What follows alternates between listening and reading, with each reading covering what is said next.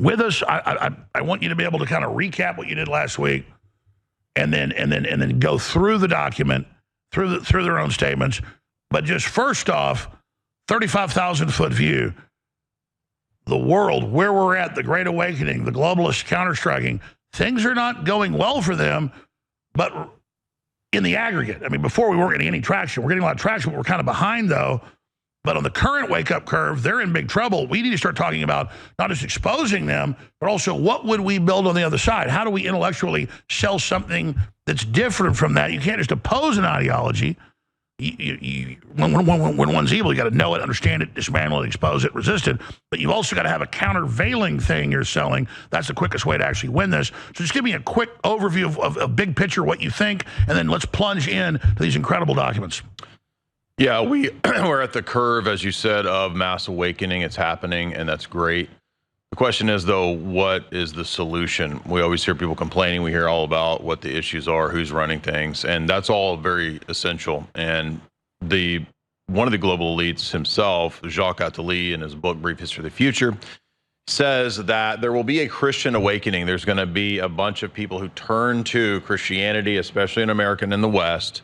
He says we have to watch for that, because as we put our global elite technocratic plan into place, that will wake people up. And you have the quotes. You're going to show it all. He says that, yeah. So the devil knows when he moves in with pure evil, there's going to be a turning back to God. They actually say, he says, our number one threat will be when the West and America turn to Christianity again, because they're going to be left empty from the Darwinism and the nihilism.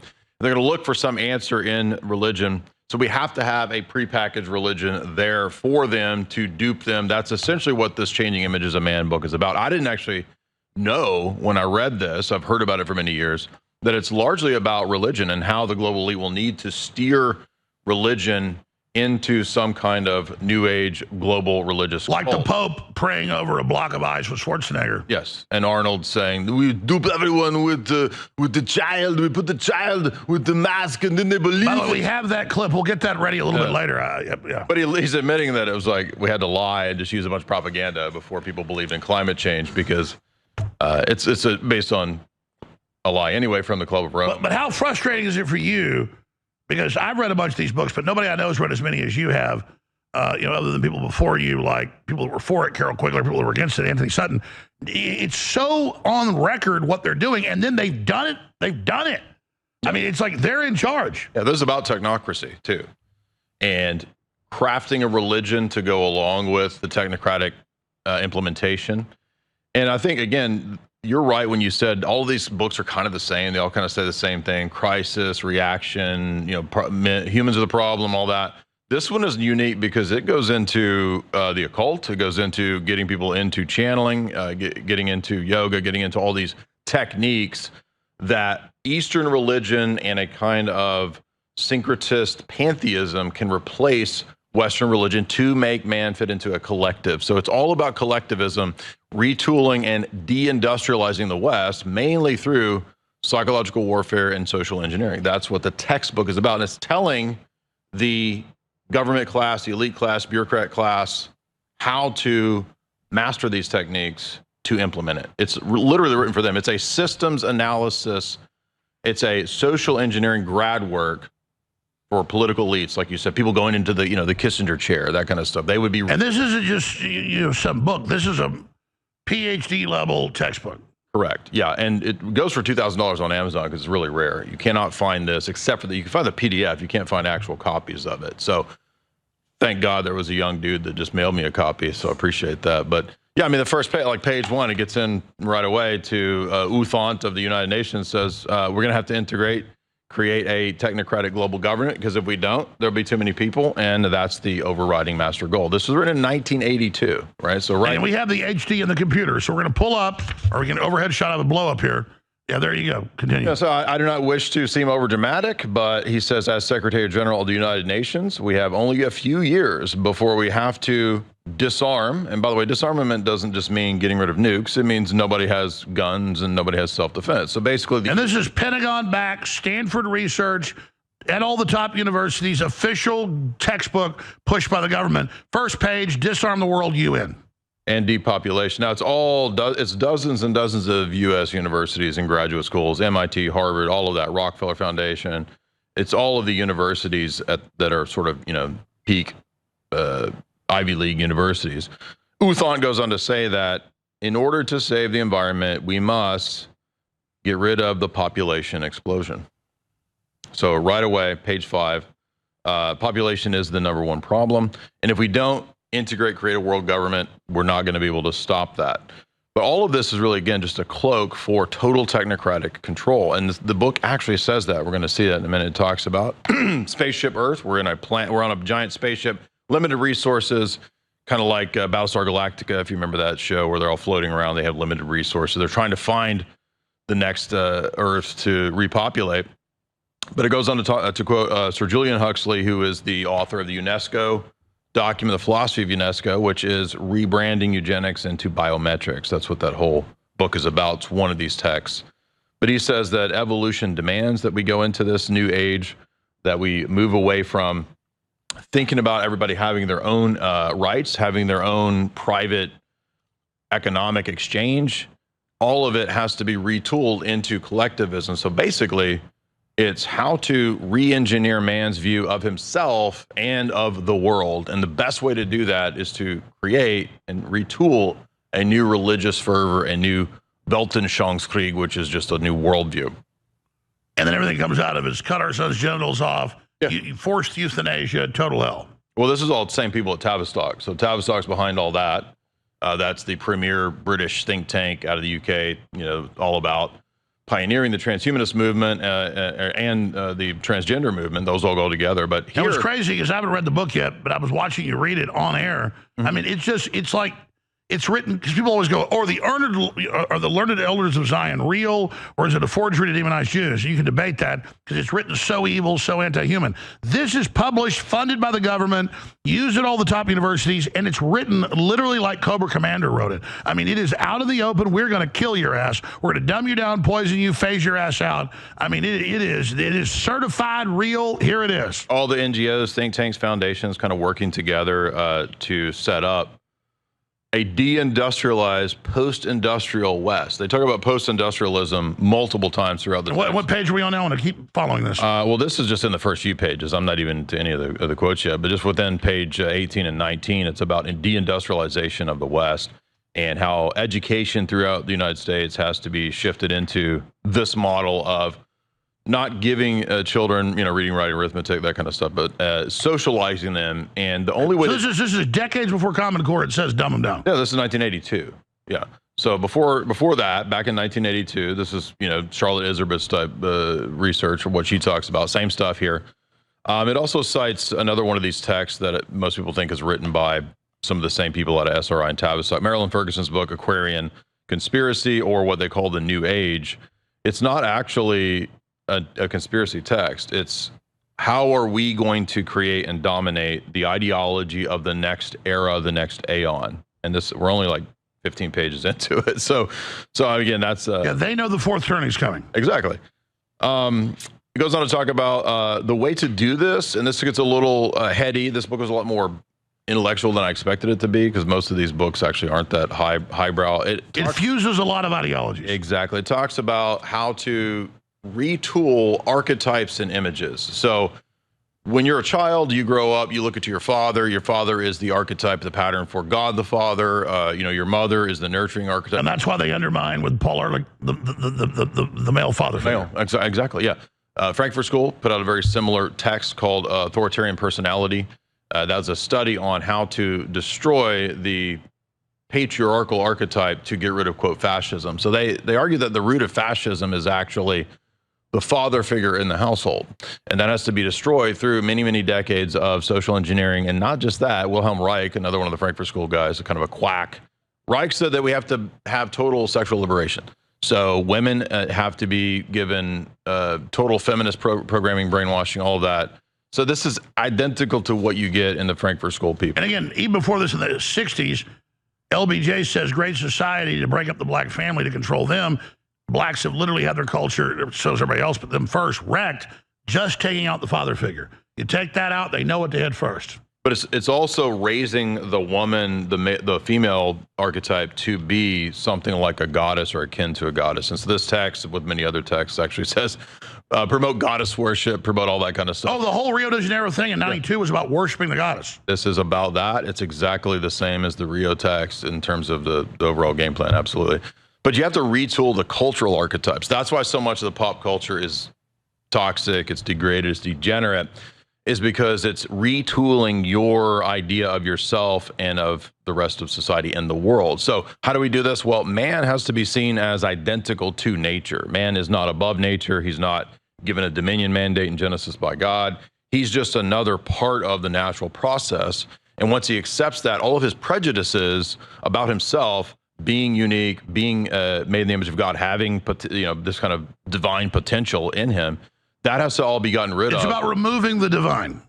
But also your concept of yourself, and that you don't see other people as that, so that they're disposable. That's right away. Man is just an ecological being.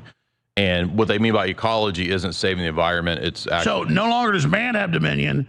We now are just all cattle, but the elite actually is the new Ubermensch. It does have dominion. Yeah, they quote Jonas Salk, who wrote a book, Survival of the Wisest, that I've covered. And Jonas Salk's book is about the priest of power, the Darwinian priest class. They're going to be the ones that decide who lives and who dies. In fact, one of the Fabian socialists, George Bernard Shaw, said, "You will come to us to decide whether or not we'll let you live." That's the attitude of what we're talking about here. The book goes on to say that early on in America in the 1980s, already most churches and synagogues are social justice organizations. So they'd already kind of co-opted, and they're calling it social justice in '82. Yeah, that's how long-term plan. I'll pull that up for viewers. What page is that? This is page 8.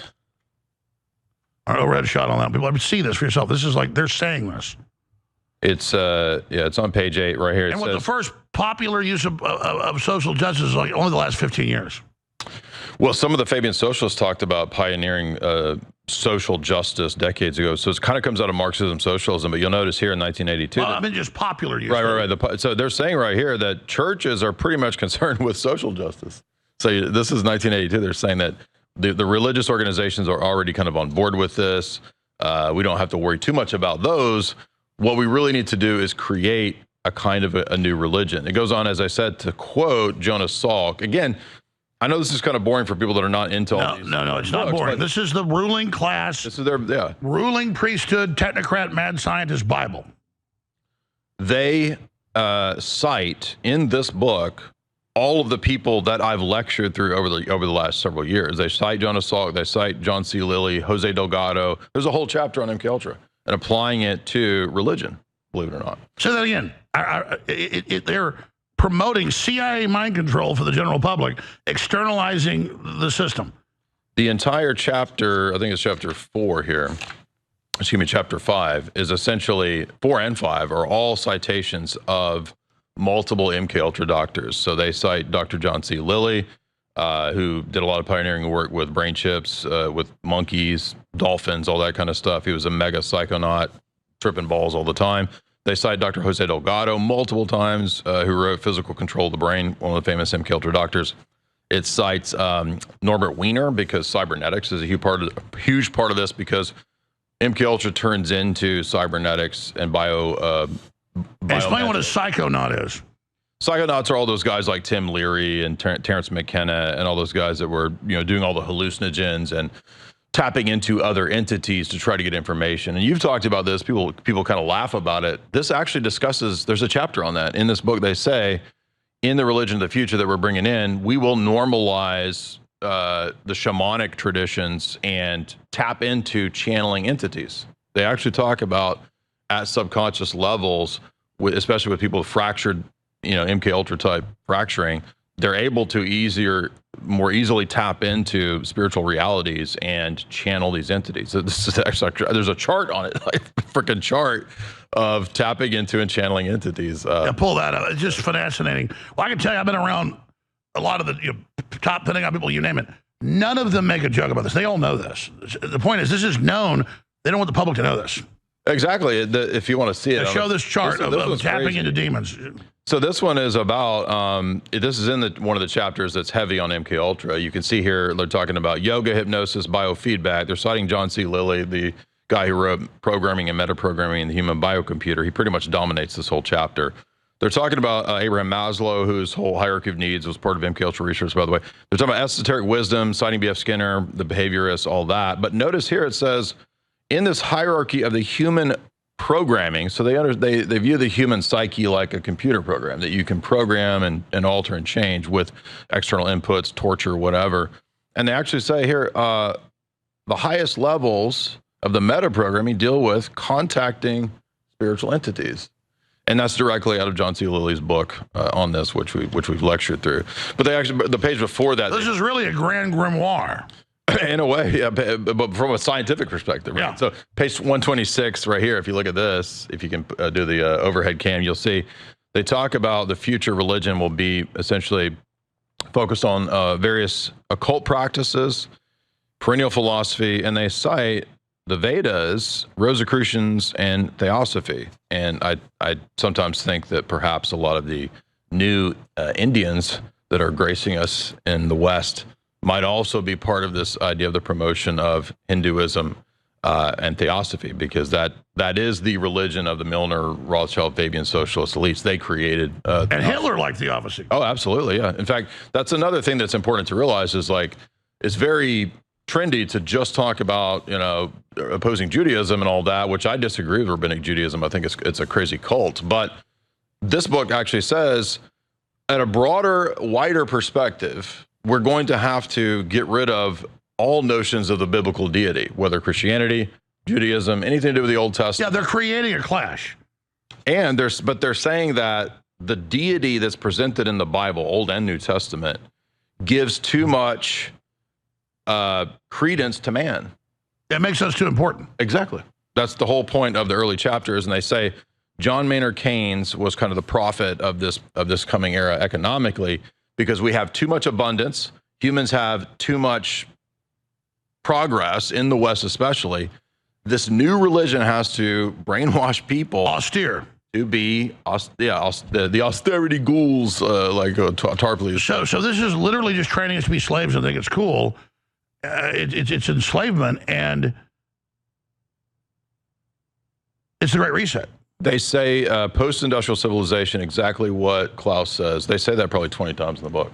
So this is way before Klaus. I mean, this is around the time probably Klaus was getting recruited into the Harvard project that Kissinger set up. And let's be clear, I'm guessing you said, I bet this book's online free. Everybody can read the PDF easily. You can go see every one of these pages. But you missed the graphics. Yeah, well, and also, I don't like PDFs, but the physical books are just classic. But anyway, I mean, collectivism, this is one of the funniest quotes, I thought. They cite Margaret Mead, and they say that one of the reasons that we'll have to get rid of Western ideas of having your own business and all that and promoting collectivism is because colonialism gave, so people that had tribal situations, and they were running around in grass skirts and all this with spears. If you give them clothing, you're making them want stuff. So colonialism is bad because, not because it improves people's living situations, it makes them want stuff. And that's what they do. They don't want you to have any desire so they can program the limited systems you live in. But it's also completely retarded to say that colonialism is bad because it helps people. I mean, which it does. So, and would you say modern globalism is an attack on Western colonialism when it built? It is. You said it earlier. You said it's neo-feudalism. They actually say this in the book. We got to go back to the feudal attitudes of a feudal text. Yeah, I've read so many textbooks I forget, but I read a couple of their textbooks 30 years ago where they say neo-feudalism, human sacrifice, occultism, paganism, and then they say it. This is a whole chapter on that. Yeah. Oh, I want to hear about that when we come back. Jay Dyer's on fire. Stay with us. Crew went and looked up one of the guys we're talking about who's in the book. Talking about channeling stuff from off-world aliens of a plan to set up a world government with biometrics to carry out our extermination.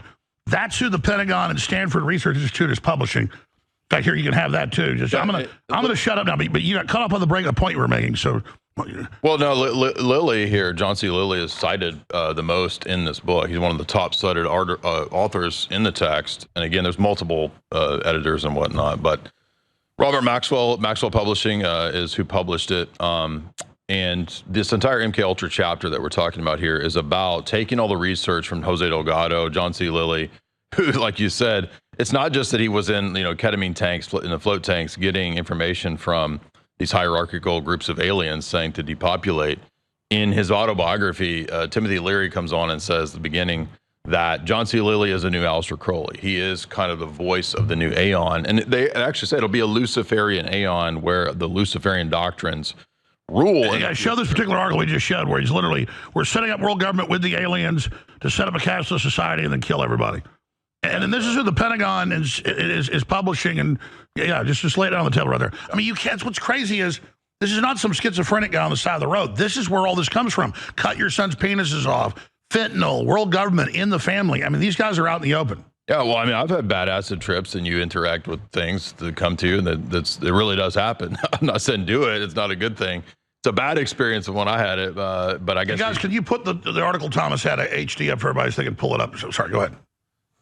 Yeah, so this chapter goes into paradigms and worldviews and how, basically humans are structured like a computer. You have in the Freudian system or the Carl Jungian system, the unconscious, the id, the ego, superego, all of that is appropriated, as well as images that are similar from ancient religious texts, Hinduism and whatnot. And how humans don't just get this information externally, like John Locke said, or people out of the Enlightenment. We already have a genetic predisposition, but we're also informed by the environment in terms of epigenetics. So the book talks about how both the inner man, the biology of the man, and his brain chemistry has to be retooled, as well as the external environmental imprinting. So they talk about controlling both aspects, the inner and the external. Nature and nurture. Of man, correct. And by doing this, they can retool man to create a new man. And even perhaps through mastering DNA and genetics, we can talk to aliens. And if we talk to aliens and learn how to clone and engage in genetic engineering from the information that we get from the exobiological extraterrestrial origins of life. And you're reading that. Page 82. Keep going. Yeah, right here. So it says that, and it's also talking about the things that we're going to be studying in the future. So we're going to be studying off-world life. We're going to be studying how to plant life off-world the way that the aliens perhaps planted us here. So it's panspermia is right here. And again, here's Jose Delgado, one of the most famous of the MK Ultra doctors here on page 83, talking about controlling the brain. And this is coming out of the text that he wrote, Physical Control of the Mind. And these are not fringe people. These are people working at the American Psychological Association. These are people working at all the universities across the West.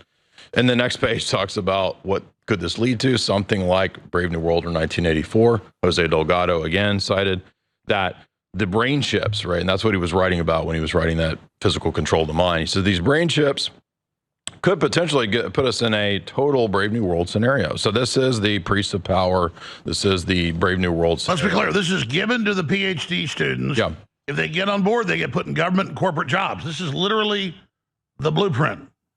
Page 92, psychedelic drugs, transcendental experiences. This will not just be kind of the 1960s counterculture experiment.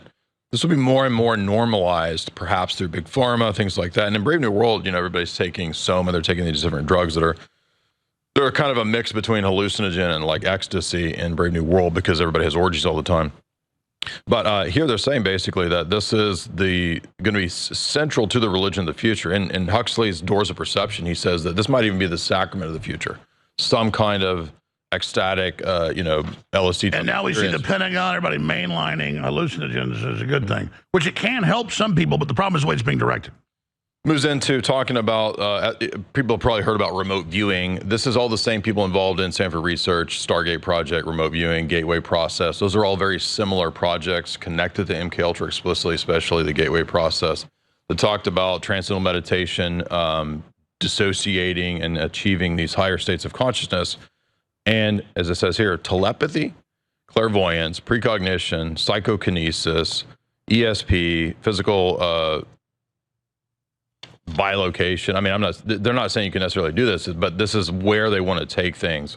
So they're studying the occult is what I'm trying to say. Like, people think of the occult as something retarded, it's crazy, it's what losers do. But in fact, this whole chapter is about that. They cite Hal Puthoff. They talk about people involved in channeling the Nine. This is what influenced Gene Roddenberry in Star Trek. They even cite another MK Ultra, Dr. Gregory Bateson, who talked about how to capture human imagination in order to really mind control him. And things like Disney, Bell Labs, von Neumann, all of these technocrats are cited here. It's Bell Labs that came up with the transistor, everything. Yep. And they're part of MK Ultra. This section is quoting Gregory Bateson, MK Ultra doctor, talking about Bell Labs and von Neumann and cybernetics, and that we've eaten the tree of knowledge. And if we study Norbert Wiener and his cybernetic models, the feedback loops, then we can master the human domain, the human mind, and control man. And man will become essentially an automaton. Again, quotes everybody from Noam Chomsky to Jonas Salk, on and on and on. Again, UFOs, the entities that they keep talking about in this chapter, obviously I would say they're demonic. If you read C.S. Lewis' Space Trilogy, Volume 3, it's about the aliens being demons. Well, this chapter is about the religion of the future is speaking to contacting our alien creators, these entities that just happen to tell us that we got to get rid of man and we got to depopulate. And it's the opposite of the Judeo-Christian worldview. I'm not a fan of the term Judeo-Christian, but they don't care when they wrote this book. They're just basically saying anything to do with the Bible and anything Abrahamic. Anything Abrahamic is done away with. Man has to be taken away from his attitude of being the master over the universe and the master of nature. This idea, it says, dominated Western Europe in the medieval period, and that is the opposite of the worldview that they want to inculcate, hence the value of the Eastern religions, especially, which devalue the individual and man. You're just part of the cosmic process. You don't have value as an individual. Look at the way those cultures, the way that they treat women, the way that they treat children. Sometimes they just throw them out. Those are human sacrifice cultures, and they're amenable to the depopulation Malthusian worldview that this book is all about. It's collectivism, they say. Bottom line, the technocrats don't want anybody standing up for themselves with basic rights, so they're creating a system to make it fashionable to hate yourselves, be austere, and be replaced. We're going to promote, they say, cosmic consciousness and the occult. Page 109, right there. And the occult. Yep, explicitly. And it's a planetary society. So here's a great quote here on page 117, if you can see this. It says, for the new image of man to foster a smooth transition to a benign post-industrial and eventually planetary society, it has to be absorbed into the lives of the people and the institutions of society without the disruption that accompany most revolutions. They're saying they're going to implement a revolution. It's going to be against the entire history of Western civilization, all the way back to the ancient Greeks, to Europeans, etc. This new image of man that the book is about is a planetary society that is post-industrial. Page 117 right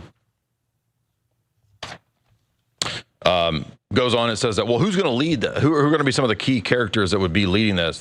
They say that the leader of the future is a combination of a yogi and a commissar. That's the guru of the future. So it's Yoda. But a communist Yoda. Yes. Yeah.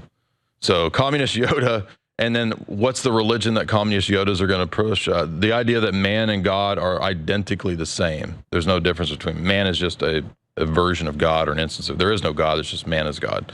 How do we get to that? Collectivism, total collectivism. Man is the enemy. The new image that we'll cultivate understands that on spaceship Earth, too many people is a problem and man is the actual enemy. And then the elite can direct the attack on man and have extermination of population as heroes. We've met the enemy and the enemy is us. And that will be the model for spaceship Earth, is that man is the enemy. Same thing that the Club of Rome said. So literally a boot stomping on the human face forever. Yeah, Orwell, O'Brien, exactly. So the next This is a hyper anti-human totalitarian death cult. And I know you've got hundreds and hundreds of books in your library. I've read hundreds myself. But I know you read more than I do. How many books do you have? Because they're all basically the same. This one is just the most absolutely naked with all of it together. Yeah, because they usually don't, like, a lot of times they talk about geopolitics or they talk about the technocratic elements. Yeah, like they'll write a book. The same guy writes one on geopolitics, then one on religion, and then one on... No, this is all like fused. This talks about all areas of life, full spectrum dominance, right? That's what this book is admitting, is all areas of life, not just economics, not just politics. It's all areas. It sounds to me like this book is even more important than like Tragedy and Hope. In the bigger picture, yeah. And nobody's going to read Tragedy and Hope anyway, because it's 1,100 pages.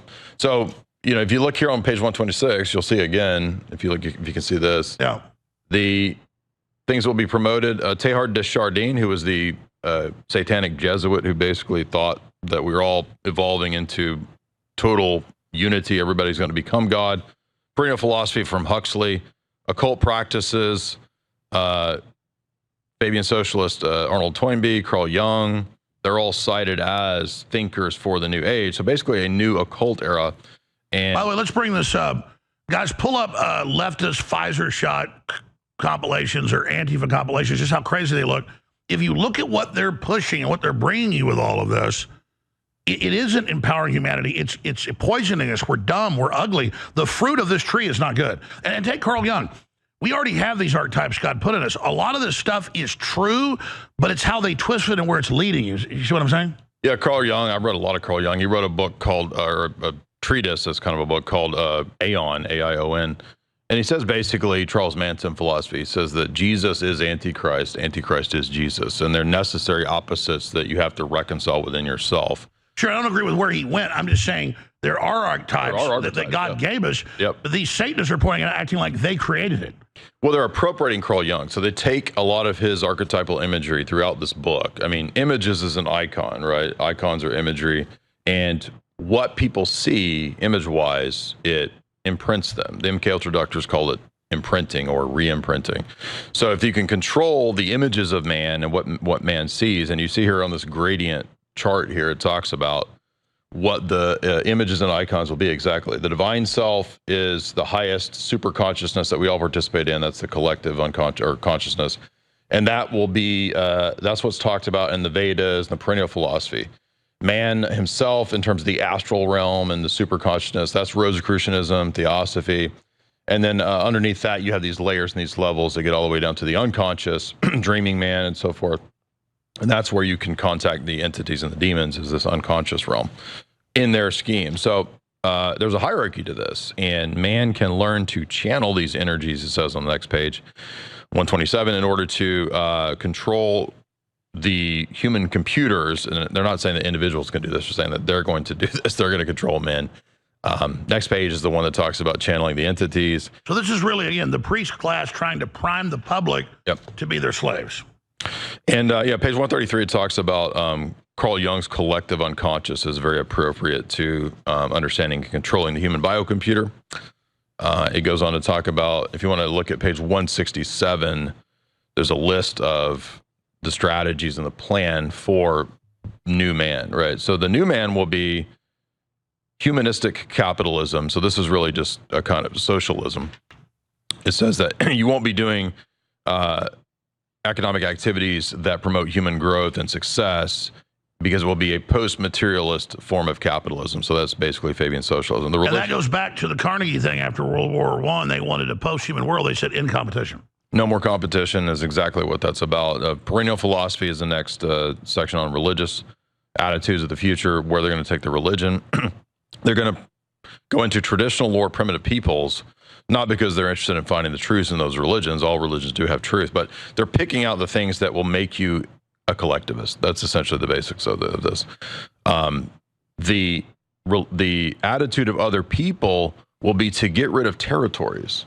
So notice there under part 4 is the ethic is no nation states, no territories, no borders.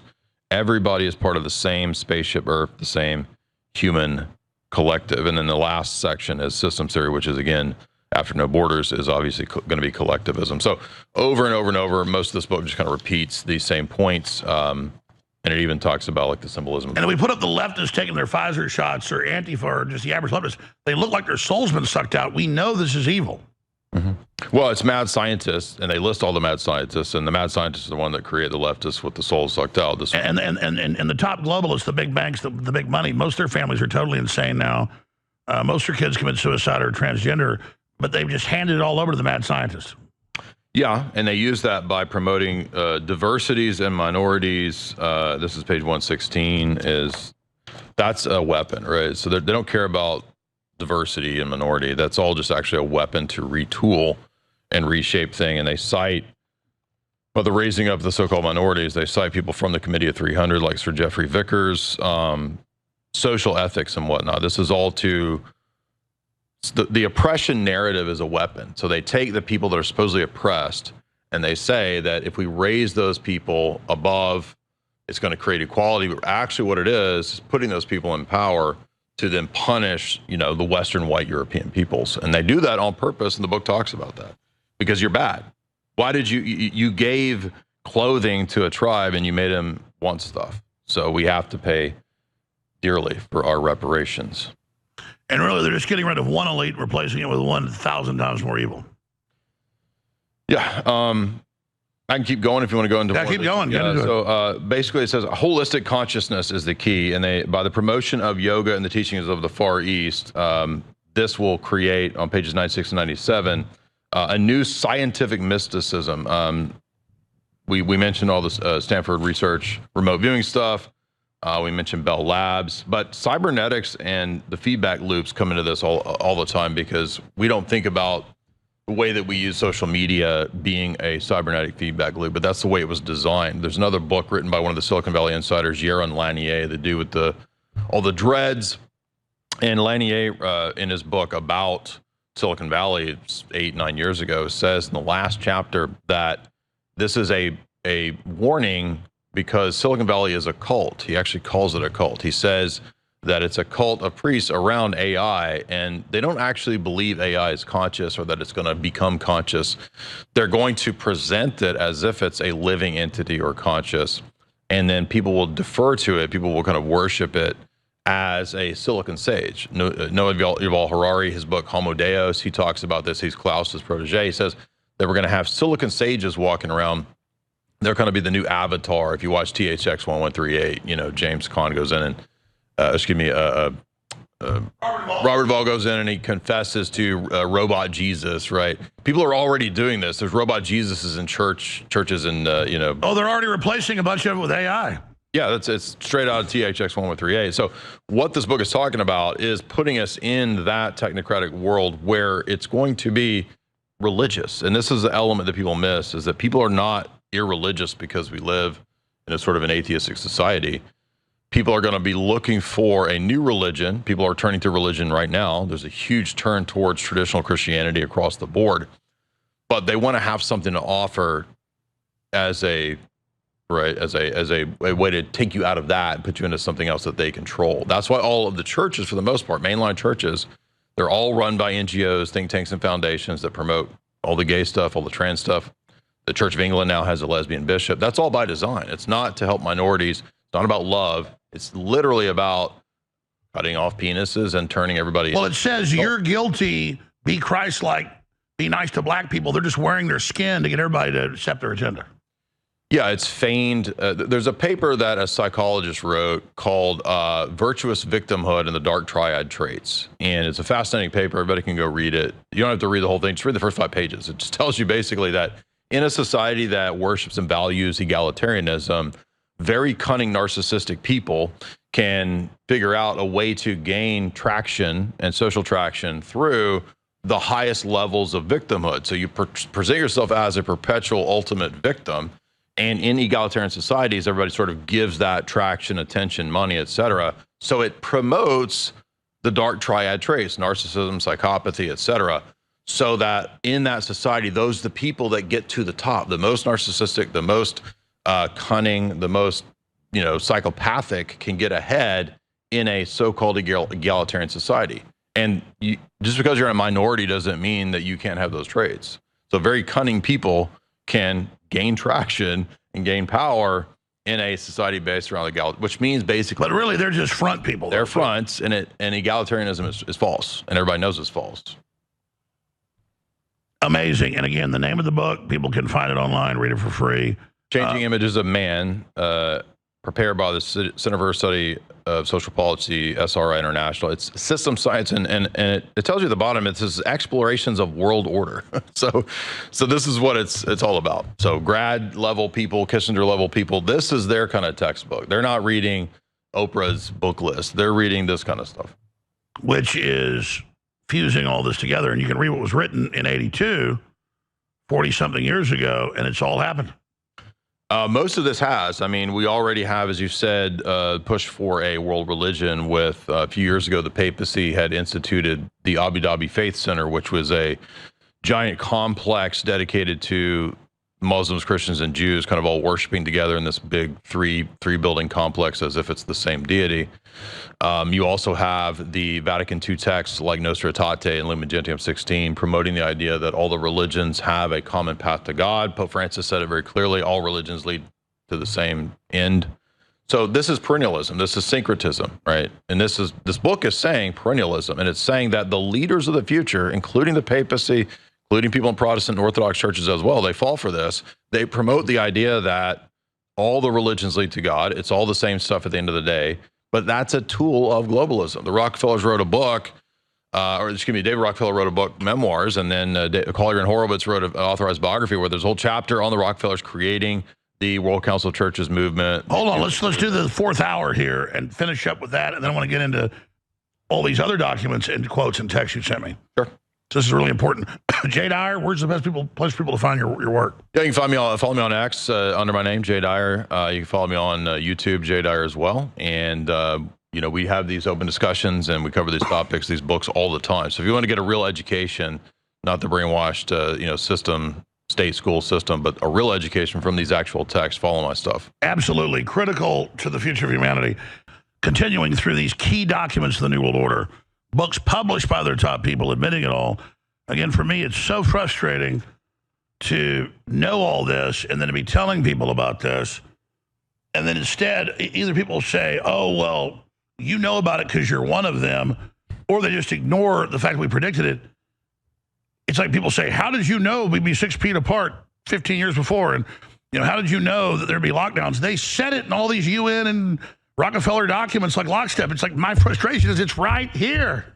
It's like people keep asking how we know all this, and they'll take little clips out where I don't describe why. They just show where I predict it, and then everybody freaks out about it. It's that weird esoteric thing. Like if you tell them how you know, nobody cares. But if they don't say how you knew, everybody freaks out. It's weird. It's like a treasure hunt. It's Gnostic. It's esoteric. Maybe you need if you had like your own QAnon or something, it would have been more. Like they'd be more interested in decoding it. But it's too easy if it's out there in the open, right? So, I mean, the guy that wrote Changing Images of Man, this Willis Harman, one of the writers, he wrote another book that you mentioned when you were talking to me. It's called Millennium, right around the same time, and there's a chapter on the future of work, and he talks about essential and non-essential workers. So they had that planned all the way back in the early 80s too, that there would be people in the future that would be deemed non-essential. And it's all social justice warriors, non-essential workers, the ending the family. Well, when we've got Paul Ehrlich in the late 70s and 80s all over TV saying all the images of men and father figures will now be weak. We got to destroy the father for depopulation. Back then, there was a time in the 60s and 70s before there was a backlash. They kind of admitted it all. Mm-hmm. Like State Department Memorandum 7277, now they're going to take our guns, the police guns, and have a UN force. So they're kind of open for a while, then they pull back. Was that because of like Barry Goldwater or Reagan or the Church Committee, or what was it? Could be. I mean, there's Reese Committee also earlier than that, investigating all the same stuff, the foundation. So what are they going to do now that there's such an awakening? Before you get back to the documents. It has to be some kind of crisis. Big crisis. Yeah, I mean, every global elite text talks about we're in a crisis, we're in a crisis. The crisis is overpopulation, nuclear technology, people have guns, there's too much business and progress. Like all of that is the crisis. So usually what happens is future shock or shocks to the system where they bring in some catalyzing event or some high profile event or some idea that they inculcate that's intended to create so much chaos or so much. And the UN said for decades, we'll use a virus as the main thing. They did, and then they rolled that out. So, I mean, we could get economic collapse because I don't think we can fix, the Federal Reserve without just getting some kind of like hard currency. Bottom line, the old system's coming to an end. They need a crisis to bring in their news. So let me ask this real quick. Yep. Peter Thiel, I haven't gone and seen his Antichrist lecture. I've tried to get tickets that sold out, but I've read what he says about it. He's like, there'll be these crises and disorder. The Antichrist will promise order, and then he's all about stagnancy in technology. He says, be laissez-faire and grow. What do you make of what he's saying and doing? So, I mean, giving him the benefit of the doubt, he seems to be interested in Christianity, moving in the direction of Christianity, giving a more negative appraisal. He's influenced by technocratic ideas that, you know, with Palantir and things like that. I read his book, 0 to 1, and there's a whole chapter where he talks about Palantir basically being something given to the NSA to track and trace. You know, it has a location in Israel, so I think there's a lot of danger there. Whether he's really moving in the direction of Christianity is up to, you know, I want to hope for the best, but always the worst one it came from. His parents were like super Protestant, hyper. Yeah, right. Well, the lecture seems to be kind of taking the ideas of Christianity, and I've only seen clips, so if I haven't seen the whole thing, but when he was talking to that journalist, when they were interviewing him about Antichrist, and he was saying partial truths. Thessalonians?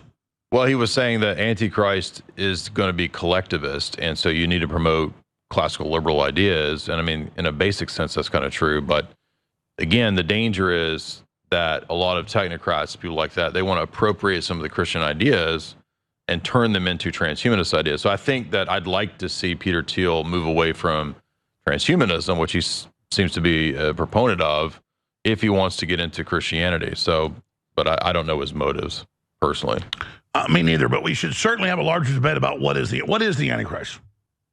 I think there's going to be a single human figure that will be the final Antichrist. I mean, that's pretty much. But there are many Antichrists. Yeah, absolutely. I mean, the Orthodox Church believes Hitler was an Antichrist, just like Napoleon was an Antichrist. He was motivated to move and to fight against Russia because Russia was one of the bastions of Christianity at that time, and that's where we get the Ukraine in its, you know, neo-Nazi form today as part of that attempt to carve away. Well, Rob Reiner got asked last year when he put himself in a mental institution. He said, why do you hate Russia so much? He goes, well, they're Christian now. They loved it when it was run by the left. Well, they don't want any Christian nation state. I mean, Trajan Hope says on the first 100 pages that, like, that's whether it's Catholic nation state, Austro-Hungarian Empire, or whether it's Russia being Orthodox Christian, that has to all be destroyed to bring in the New World Order. I mean, and that's paradoxical. The average Catholic I know is super engaged against evil, really smart, nice, good people. Then you actually read Catholic elite doctrine out of the papacy. It's literal New World Order, Satanism. And then I know Catholics are freaked out by that, like Mel Gibson and people, and try to keep the classical thing going. You used to be a Catholic, went into Orthodox, because it's, you know, you see it as older and pure. But how do you deal with that when church leadership's bad, but then the people in the church are good? So it's very paradoxical. There's a symbiotic relationship of a kind of abuse relationship that goes on where you keep defending the system that you think is the answer, and then you realize the people that are running it are actually the ones that are your enemy and the ones that hate you. So if you're, say, a Roman Catholic and you're devoted to that, you're trying to give people to Catholicism, and you think that the enemy is outside and it's people like me or somebody else arguing or debating with you. But then you realize at the end of the day, well, why does the guy that I'm defending, the grand poobah of this system, he keeps doing the things against me? So there's a Stockholm syndrome abuse relationship that goes on there in that system. Yeah, why do you think in the last years of Biden, obsessive compulsive attacks on traditional Catholics, and then never a word from the papacy about that? Well, they hate the actual Catholics. That's the thing. It's like, just like the same in the Orthodox Church, we have the ecumenical patriarchate who is as bad as the Pope. And part of this whole world religion situation, I mean, I think they actually hate the people that they, quote, serve. So they view them in a very elitist way. It's kind of sad because you're not going to get help from an organization that's already adopted Marxism, socialism. If you read, there's a Vatican II document about politics post-Vatican II. It's called Gaudium et Spes. It's one of the official documents of the papacy, and it teaches Marxism and socialism. It teaches chain migration, open borders. It teaches demilitarizing, getting rid of nation states, getting rid of Christian states, and a kind of global economy that's socialist and Marxist. Remember, the last Pope had a quote where he said, I don't want to hear about Christian roots of Europe, and we need to accept more migrants, but they don't take any in Vatican City. Well, there's a giant wall around the Vatican that was the Leonine Wall. That was biggest I've ever seen. Yeah, I've been to it. I've seen it. At some points, it's like 200 feet tall. It's a city-state. Like on average, it's about 80 feet, but some of them are like 200 feet. Like right. it's like it's huge. And it has. I mean, if you go to the Vatican Museum, I mean, it's just this vast trove of just you couldn't even put a price tag on how much is in the Vatican Museum. It's massive. That's what's behind the wall if you go there. So yeah, I think that people need to realize that the Vatican, if a lot of the Roman Catholics are, they talk about Jews all the time, but I mean the papacy teaches that Judaism is a path to God. But Nostra Aetate says this. So if you want to be mad at this idea of Judaism, well then you should be mad at the Vatican because the Vatican basically supports all the same rabbinic ideas. So I don't know why there's an inconsistency. Well, how does the Pope not take one illegal alien, but he's got a 150 foot or whatever that is wall, and then it's just ridiculous. Well, you shouldn't have guns. He talks about disarmament, but he has armed Secret Service. The Swiss Guard. Not just them, actual Secret Service. Yeah. That have guns. Like he's got like a team. If you get to pull up the Pope with his. No, I know. You're not just a ceremonial Swiss Guard. They've got the other. No, there's a name for the papal Secret Service. Something that starts with a V. I can't remember the name of the word. Did you even know up in Switzerland, most people don't know this, they actually have a military up there, the Vatican has. No, I didn't know that. Yeah. Oh. Yeah. So it's a geopolitical situation, and the papacy has been tied into this kind of stuff for a long time. It's unfortunate. I don't hate Roman Catholics. Got a lot of Catholic friends, Tim Gordon, people like that. But I just don't think that if we're talking about solutions, an entity that has already adopted as its dogma and Gaudium et Spes, Marxism, socialism, is not going to be a thing that's going to provide healing. And that's why Roman Catholics are always talking about politics. But the politics of the Vatican is already garbage. The Pope just said, again, have open borders. I just put it on my Twitter. He just said, oh, I know. I know a lot of Catholics who are great people. They're like, oh, this new Pope will be different. He is attacking Trump, everything. He's worse than Francis because he's explicitly allowing for gay processions. He approved that with James Martin, the famous gay Jesuit. He's saying more than Francis, you need to have open borders, you need to have open borders, you need to have open borders. He just did a giant ecumenist world religious ceremony the other day too. So no, you're not going to get healing and anything fixed with tools of the power structure that we're talking about today. Wow. Other documents you haven't got to yet. Yeah, so going back to Tiny Mustache Man, to Hitler himself, Quigley has this amazing discussion here. I think it's 1059, 1049. I can't see it. But he says that the same bank that Alan Dulles was a brother of Secretary of State Dulles, was a former director of Schroeder Bank in New York, an associate of Frank Tiark's, and a partner in the Schroeder Bank of London in 1902, director of the Bank of England, as well as Lazard Brothers Bank and the Anglo-Iranian Oil Company. It will be noted that Schroeder Bank in Cologne is who helped arrange Hitler's accession to power in 1933. So you'll notice that nobody talks about the fact that it's not just industrialists in the West, IG Farben and that kind of stuff, that supported the rise of Hitler to have a world war, to have a big European world war. It was also the Bank of England. It was also, again, the British elite said, you can have $3 billion of Czech gold when you go and take the Czechoslovakian loot. We will not oppose you. Take it, have it. Also, Quigley says the Bank of France continued to give loans and to support to Hitler throughout this time period early on in his rise to power when he was beginning his... And that's just like them putting Saddam Hussein in 79 and having him attack Iran in the Iran-Iraq war and then setting him up and removing him. It's the same story over and over again. We're not saying Saddam or Hitler are good. The point is they're being set up. Exactly. Now, the people talk about the Kalergi plan, and it comes up in Quigley. So there is something to this. I've read Kalergi's book, Practical Idealism, that he wrote in 1925. People don't know that's the Japanese/European royal that want to replace migration. Yes, Count Coudenhove Kalergi, and he wrote a book called Practical Idealism. You can buy it right now. It's not very long.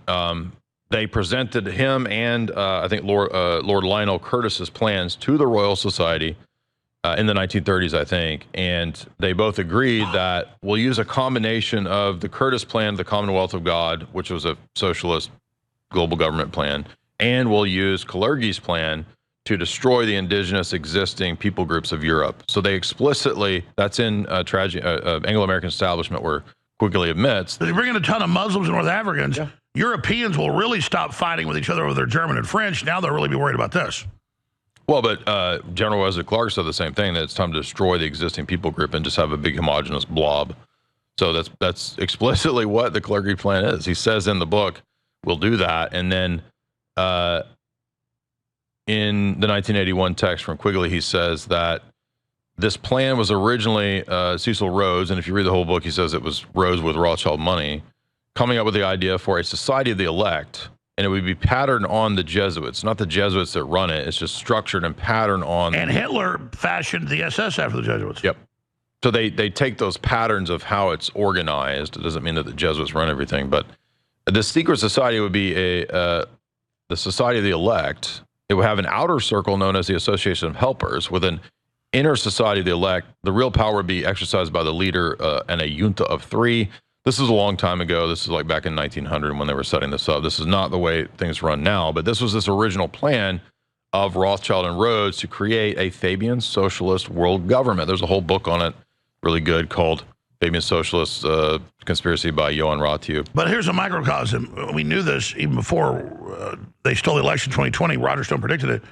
But now we know from the whistleblower, the White House Chief of Staff, that it was a committee of 5 that ran the auto pin, and Biden had, it was Hillary, Biden, and then 3 other people from different factions. And then that Biden's wife was the 5th, and then she would be there as like the tiebreaker. And it was a committee.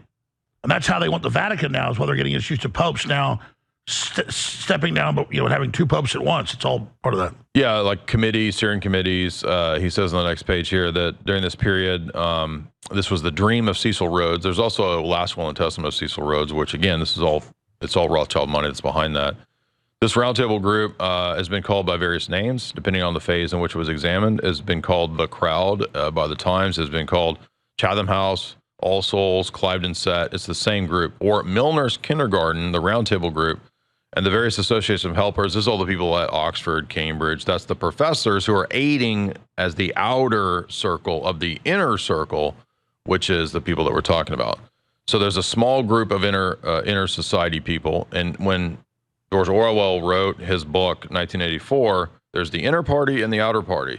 The outer party are the dupes, the people that believe they're really working to create some help. That's how any of these intelligence agencies or cults work. Yeah, exactly.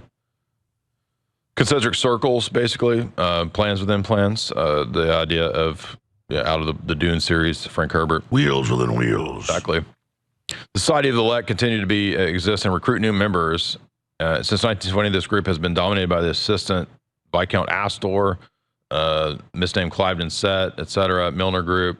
So by the time of Milner and by the time of later British government's Labour Party, it becomes explicitly aligned with this Fabian socialist, or what's in the UK, it's Labour Party. So Keir Starmer is this. So he's a perfect representation of this.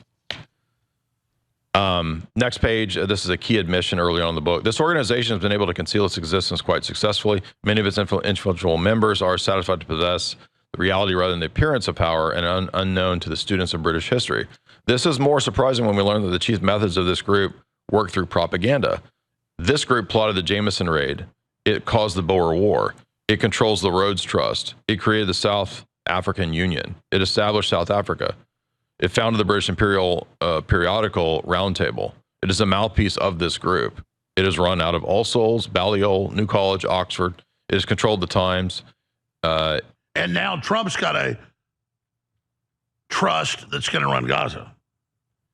The same people behind this were the ones that were putting out and that's why Tony Blair, the British originally handed over, then they allow their own troops to be bombed for Jews to take over. It's just the same story again. They do the same thing over and over and over. And when Trump was being attacked with P-Gate and all that, it was the same network that was doing that in the UK. So you have to understand that it's the shared relationship. Did you see Navarro go to the CFR last week and just chew out the British elite? No. And he said, "You're British elites. I know you're British intelligence. We're going to shut you down." He actually told them this to their faces. You can't make this up. Right. Lloyd George War Administration of 1917 was dominated by these people. They dominated the Peace Conference of 1990. So this is talking about back at the time of the League of Nations, who was running it. And this is where they founded the Royal Institute of International Affairs in 1919. So that is the same group, same networks.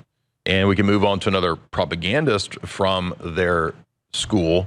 H.G. Wells in 1940, when he wrote The New World Order. So that helps you, right? The book is very easily titled New World Order. He says, to bring this in, this world socialist democracy, he was an explicit socialist. He says, there will need to be many great delays and disappointments before this beneficent world system. Countless people, from the Maharajas to the millionaires, from the Puka Sahibs to the pretty ladies, they will hate the New World Order and be rendered unhappy by frustrations of their passions and ambitions through this advent, and they will die protesting against it, but it's necessary. So millions of people are going to die opposing their New World Order right there. And as you said, he wrote Shape of Things to Come in 1933. That predicted World War II and the future technocratic world order. And again, all these books go into way more detail. This is just selection. And the key is they literally built it. They've done it. But now, how much of their plan's been frustrated if you put a number on it? I mean, how would you describe it the way it's going? Well, it's very difficult to get everybody to hate their own nature and hate their biology. You can do it, but it's difficult. Tavistock was frustrated, that whole... And if people know you're doing it, they can rebel. Yeah, and yeah, Tavistock is a great example where they had to basically give up pushing all the trans stuff. But I mean, they already have damaged 100,000 kids in America. And now they're moving on to euthanasia. Yeah. So I think, no, as long as we keep, this awakening going, and as people turn to things like Christianity, it's not going to work. In Between Two Ages, in 1970, Brzezinski, I just have an example, one wild page where he says that the technocratic era will utilize weather modification, genetic modification, et cetera, to mutate man. He says that the human being is synthetic, and biological and chemical tampering with what has now been considered immutable as the immutable essence of man can now be plastic. Well, that's genetic babies, the COVID shots, all of it.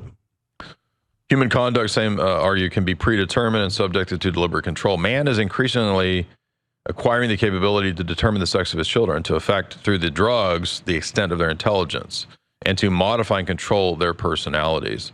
And so it goes on to talk about computer technology, satellites, RFID. This was back in 1970, right? So he's basically saying man is a genetic test tube product that aligns with what Bertrand Russell wrote in 1952, Impact of Science on Society. He says that biological warfare is more effective for mass depopulation than war. And this will be inevitable as we move towards global governance. That's what pages 102, 103 and 104. I do not pretend that birth control is the only way in which population can be kept from increasing. There are many other ways, including war. However, more effective is a mass bacteriological Black Death. So here's a person openly advocating for mass genocide. And he's hailed as a liberal. No, he's not a liberal. That's the joke, right? He was at one time a Fabian socialist and then supposedly left their society. But in 1984, when Orwell wrote that, he talked about people who, like O'Brien, pretended to be kind of on his side, and but then you find out that it's controlled opposition. Right? Absolutely. We're out of time. Thanks for being here. You're going to be on in the second hour with Harrison Smith today, 4 p.m. Central. It's great to have you here in the twilight of this office, but InfoWars lives forever. A closing comment, J. Dyer. No, I just want to say that, I think, again, Orthodox Christianity is the answer. A lot of young guys are turning to that. So go check out, your local Russian Orthodox church, something like that. You can follow me on jaysanalysis.com. You can follow me on Twitter, on YouTube, and got S Hollywood 3 is about to come out. All right.